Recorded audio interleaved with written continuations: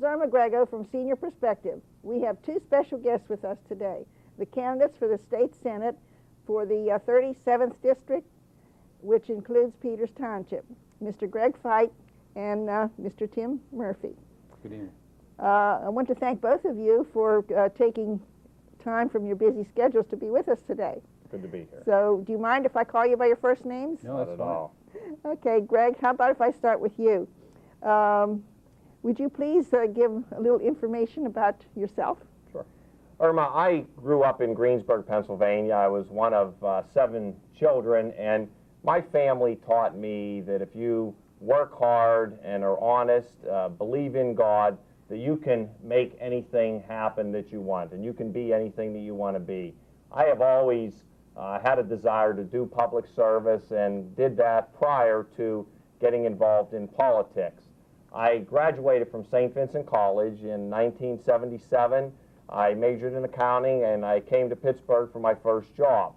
I worked here for the largest CPA firm in the world at the time, then went on to law school, and I paid my way both through law school and through college, and I'm very, very proud of that because I think that that shows that hard work ethic that I was taught as a child.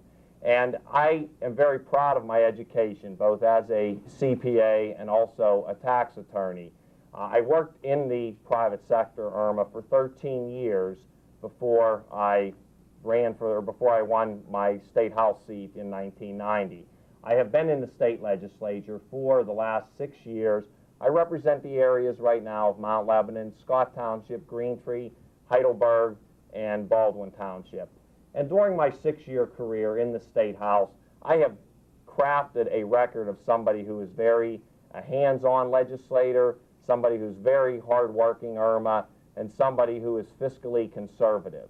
And I have voted against the largest tax increase that ever was brought up for a vote in Harrisburg in 1991. I have since voted for tax reductions, most notably in 1995, $283 million of tax reductions. I have been a proponent for senior citizens issues, which I know we'll talk about in a little bit, but things like the elimination of the widow's tax, the elimination of the 2% tax on annuities, tax reform issues. I have been a leader in my 6-year career in the State House. And Irma, I thank you for having this forum this evening, and look forward to answering your questions later on. Okay, Tim. Tim, right. Thank you also, Irma, for having me here. My background is really very different from anyone in the State Senate of Pennsylvania. I come from a family of 11 children, have a wife, Nan, and my daughter, Bevan, who's goes to public school in Upper St. Clair. And what I come from is I have a bachelor's degree and my master's degree and a doctoral degree as a psychologist. And I work at Mercy Hospital there on the staff and have formerly been with Children's Hospital, McGee Women's Hospital, and also with the University of Pittsburgh School of Medicine faculty. From that, I started my own practice as well. And so I actually have employees. I create jobs. I don't just talk about them, I create them. And I'm very proud that what we have done over the years with my staff has really been a service to people. That's where my career has been in this sector, that of what I have really crafted my whole life towards has been helping people. And what I see happening here, not only from things that happen to my daughter, to my family, to children I know, but the many families that I have served over the years and their needs, is Pennsylvania is really lacking in how it handles families. Now, there's a lot of wonderful things about Pennsylvania, and we have many reasons to be optimistic, but we have many reasons to be concerned, too. We have reasons to be concerned that Pennsylvania ranks near dead last in the nation with where we stand with jobs. Because typically what happens to our youth is they grow up and they go away. They leave college, or after high school, they leave this state. That Pennsylvania has continued this downslide since the steel mills have closed. It really hasn't recovered and hasn't thought of a new way. Now, what that then means is as we lose our youth, our population is graying. Now, we have, as you know, Pennsylvania is the second oldest state in the nation. Allegheny County is the second oldest county in the nation in terms of percentage of senior citizens. And they cannot continue to have the weight of government on their back in terms of the weight of taxes. But it's this cycle that continues. Our kids leave, some stay, the seniors stay, and the burden remains there. And what that does then, that means the taxes seem to go up all the time in the state. They go up in terms of hitting businesses harder and harder. Businesses leave. They don't stay. Jobs go with that. And this dwindling, it's almost as if this boat is sinking. And someone's drilling holes in the boat in an attempt to let water out, but it's having the opposite effect. Now we look at some of the things that continue to move on here. We have in Allegheny County this 1% sales tax, which is the highest in the state in terms of counties, Allegheny County and Philadelphia. That's something that has been a great boon actually for Peters Township because people come here and other places to shop. We have huge property taxes. We have huge taxes from our schools. Now the cost of education in this country has quadrupled in the last 20 years. And in Pennsylvania, we now rank 5th in the nation with our cost of educating each pupil. But we rank near last on the list, 45th in the nation with our SAT scores. And even if you just take the states, the top 15 states in population in terms of how many students have actually taken the SATs, we rank last. Now, I'm not willing to be satisfied with that. I'm not willing to be satisfied with the second best on anything. I want our students to get the best education. I want us to have an opportunity for jobs. I want us to have opportunities to have strong families here. And that is why someone with my background, who has spent my entire career in healthcare and in creating jobs and helping families, is doing this. It's an extremely important seat, and it's extremely important how we select someone and what sort of thing that person is going to bring to Pennsylvania. I will be the only person in the state Senate who has any healthcare background. We have no representation there now, and it is extremely important that we look at what our families need now and what our families need in the future. And that's stronger families, and that is more jobs, and that is quality health care, and that is better schools. And those are the reasons that I am running. And those are the reasons that, quite frankly, taking all this time away from my family is really a pretty big strain on any family to run for office. But, you know, my daughter and my wife are hanging in there, and we're doing the best we can. And we'll continue to do this because we believe in Pennsylvania. And I'm sure that goes for both of you, that your families Absolutely, are right Erma. behind you. So, okay, my first question is, I've spoken to a few senior citizens in our area and have a few questions I would like both of you to address. First, what is your opinion of doing away with or lowering senior citizens' property tax? Tim, would you want to start on that? Well, I think that the property tax issue is very, very important in multiple ways.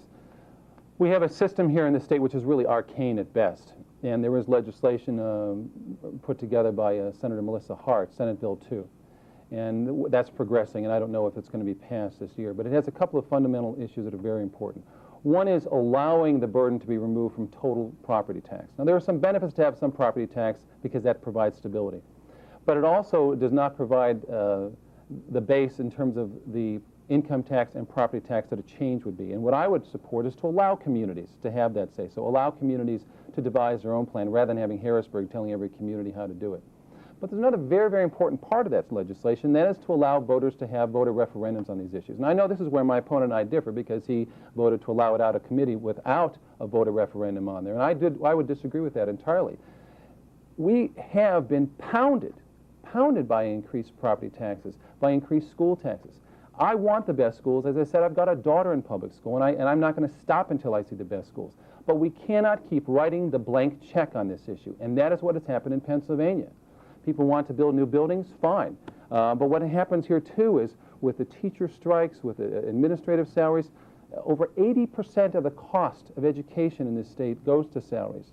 And this is an upward spiral in a downward spiraling economy in Pennsylvania.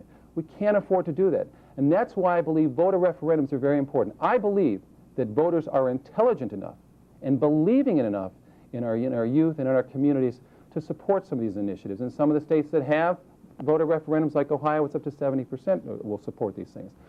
But we cannot take away that power from citizens. I believe very strongly in that. And that's one of the things I believe we've got to have back in our property tax and income tax for citizens. Mm-hmm. Greg? Erma, rather than just talk about property tax reform, I have actually voted for it. Property tax reform in its simplest form is the shifting of funding for public education from property taxes to income taxes. And that's what we are working on in Harrisburg. I have, because of my background as a CPA and a tax attorney, I have been appointed to a 4-member committee to study this issue. I supported and I voted for property tax reform to relieve the inordinate burden of property taxes from senior citizens, taking that burden off of the homeowner and putting it on income. I voted for that 2 years ago. And I have been a leader in Harrisburg on that issue, and I've also been a leader back home, Irma. I do support property tax reform. I also support allowing school districts the option of deciding how much of an income tax they want to raise and how much they want to reduce the property taxes. That should be up to the local officials, the local community to decide. The referendum issue that I support is a referendum issue that will say to the community, you decide whether you want to move from property taxes to a mix of income and property taxes. If you don't want to do that, then you don't have to. But if you do, then we will allow you to make that decision on a referendum. What I do not agree with is I do not want to turn Pennsylvania into a California, where every issue that comes up that somebody wants to put on the ballot, they can put on the ballot. I happen to have faith in the public. I happen to have faith in the constituents in Peters Township that they are electing people that reflect their values, that have the concern for their families, that have the concern for their wages and their hard-earned money. I have faith in the public that they will elect officials both to the school board and to the municipal government here in Peters Township, that they will make the right decision. So I do support property tax reform. I have been a leader in getting property tax reform through the state legislature. As I said, I voted for it 2 years ago. I'm on a committee that's looking at it right now. We are going to vote that issue this year in the State House. Irma, I also have been a leader in Pennsylvania, and in Western Pennsylvania specifically, to put the 5% cap on assessments for local property tax increases.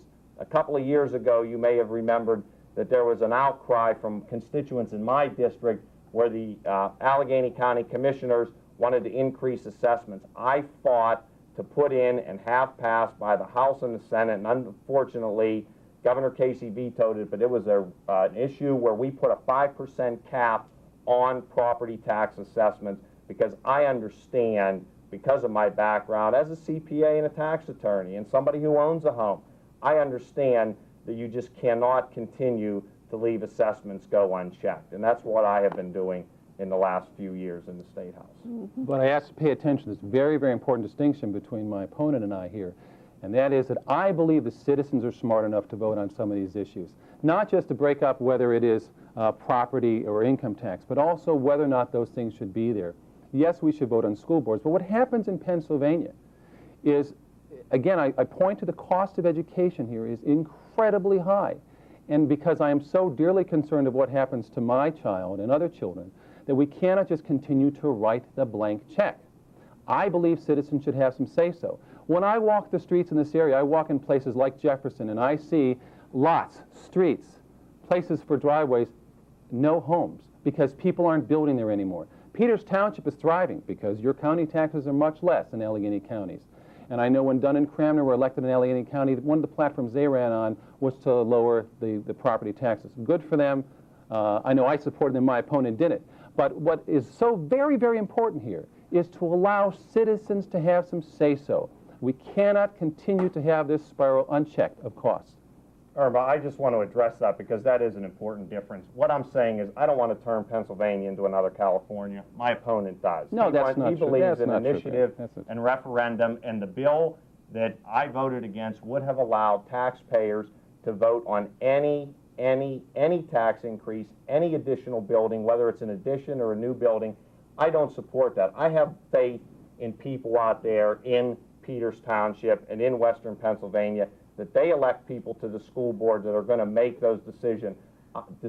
I also supported and allowed the county commissioners to lower the Allegheny County taxes by 20%. Again, I went to bat for the taxpayers in this area to allow the county commissioners, when there was an issue as to whether they had the legal authority to do it, I went to bat for our constituents to allow the county commissioners to lower taxes by 20% in Allegheny County. I need to correct my opponent here because I'm not trying to turn this into California, and he's misquoting something in Senate. You absolutely are, Tim. And that the issue there is that it said that there had to be a referendum if there was going to be a building project that cost over 150% of the school district's annual budget. That was the difference there, which means there's a lot of room But for it school. also There's said a if lot there of was room. Let me any finish. tax Let me finish. Let me increase, finish, any Greg. tax Let me finish, increase, that it Greg. would Please, go on the please, initiative. don't be rude. Let me finish. The issue was that there is indeed some room for school districts to work there, and yes, we do elect people to do that. But I also know that there's other referendums for sales taxes, and we have in Allegheny County a huge sales tax there. And I know that was also an issue. Should voters be allowed to say something about their sales tax? I know he said no. I believe yes. That doesn't mean every issue goes up for referendum. But I think that there are some things that the voters in Pennsylvania need to have some control over again. To say, yes, we have the intelligence to do something about our state. Because a bloated state that has the biggest legislature in the nation cannot continue to act this way. We have to have some say-so to keep our taxes down. It's not a matter of California. It's really a matter that people are smart It is about. absolutely a matter of let's go on to California. the I other. think that's what the people need to understand. Do we want to be another California and vote for the bill that my opponent supports, or do we want to let our local officials that we elect decide? Well, let's go on to the next Sure. question, okay? Go ahead. We'll let you start this one, Tim. My next question deals with the PACE program.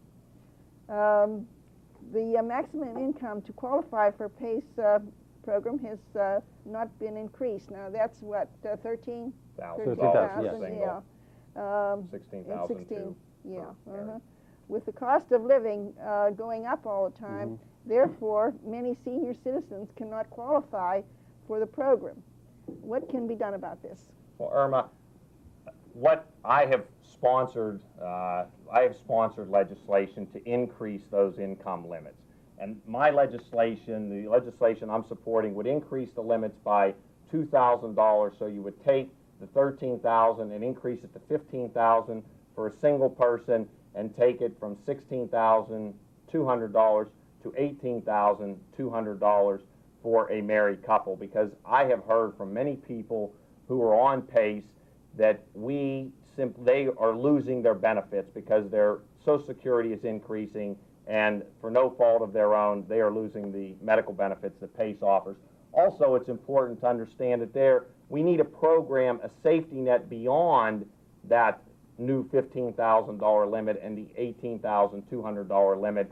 We need a program where we can put a sliding scale in so that somebody can make additional money beyond that and still have part of a copay. So even if they move beyond the new limits, they don't lose everything. They should be required to pay more, but they're not going to lose everything. And Erma, this issue is something that's not new to the legislature. In one of the first bills that I voted on back in 1991, we had to save the lottery in Pennsylvania. We are the only state in the nation, Irma, the only state that provides 100% of the lottery proceeds to senior citizens in this Commonwealth. I am very, very proud of that. I also was proud of the fact that I was part of the solution when we ran into a program back in 1991 regarding this issue. It was a similar program. Our lottery was maturing. We were not getting additional money coming in. People were getting older. More people were taking advantage of the lottery system, which we want them to do, but it was going bankrupt. We had to come in as a legislature and rescue the lottery. We put in some very common sense proposals to do that, and the lottery has been fine since then. We now need to take care of people who, because of Social Security increases, are losing benefits under the PACE program right now. We need to provide additional income limits to those people so that they do not lose those benefits. I am sponsoring legislation to do that right now, Irma. I know that's one of my concerns. There's another That, concern that goes yeah. with that too, Irma, that certainly we do need to raise those limits and adjust, because the incomes have gone up somewhat, but still people still often live in poverty. I know that from the many families that I know and work with. One of the things we need to do to make sure we're handling the costs on that is deal with the costs of medication. Generic drugs obviously cost a lot less than brand names, and make sure the legislation also will pay for those generic drugs over brand names, except for those cases in which there's clear scientific evidence that the brand name really has some different effects. I believe very strongly that physicians who know medicine should be the ones writing the prescriptions, and many of them know that they'll check off that place that there can be a generic substitution, but there are those cases of some medications where there may be some difference, and we need to make sure we protect patient care first there. Yes, I know. My aunt has to watch that because she has to have and that's what her doctor prescribes and everything, you know, and not everybody can have the generic. Right. Right, Sometimes that's very there's minor important. fluctuations in some of the active medication levels in some pills, and one has to be very careful about that, how it's controlled. And we do allow that right now, Irma. If somebody wants to pay a higher copay for brand name drugs, they are entitled to do that. And I support that and think that's very important. Yeah, well, your health is very important. Critical. Okay, my last question is sort of a personal one. The senior citizens in Peters Township would like to have a senior citizen center. What, as a group, can we do to obtain the center in our area? Tim, let you start with this Sure. one.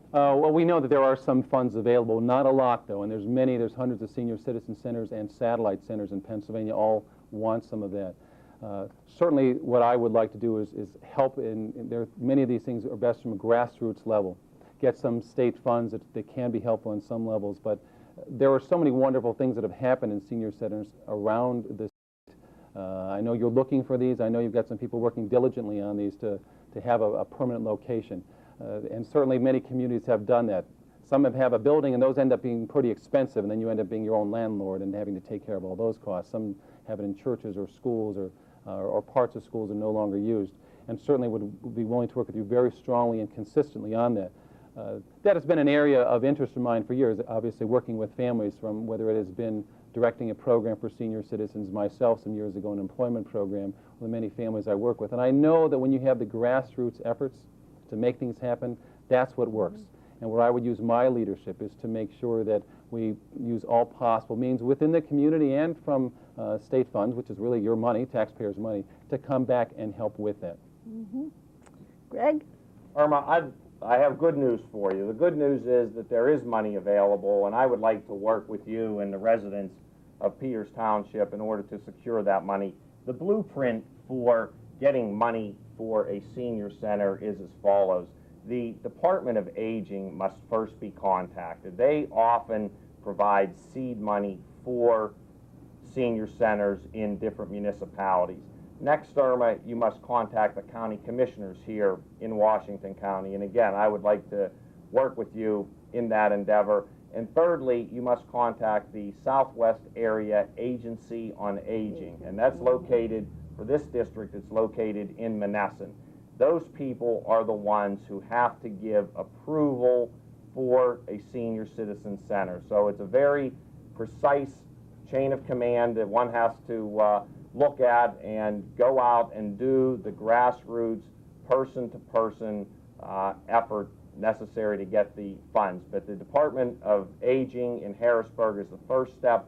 Then the county commissioners here in Washington County and also the Southwest Area Agency on Aging is an agency that must be contacted. And again, I would like to work with you and the residents of Peters Township in order to secure something like that. Okay, well, after the program, if you'll give me those names and stuff, well, then I would be I'll happy get to. that. So I hear the one in California is really beautiful. I mean, not the state of California, California, PA. that it's supposed to be a very nice center and everything. I don't know if we want to go that elaborate or not, but I mean, you know. But it's nice to have something. I mean, it's an important statement to say that we value our elders, the wisdom that they bring to our community, and to have a place for them to gather. I've also been to a number of senior centers in my capacity as state representative, and I have been there to read to seniors. I have been there to call bingos and to play different games and puzzles and so forth with the seniors. And I have seen firsthand in my district how important it is to have senior centers for people who do not want to go into a nursing home, who can, survive outside of a nursing home and want to stay in their home. I think it's extremely important to do that. And I've seen that firsthand in the many senior centers that I have visited and have worked with over my 6 years in the legislature. Well, thank you all for your input. And my last question is that's my last question. So now maybe we will have the summary of our talks here now. So Tim, do you want to go first? Sure, be glad to.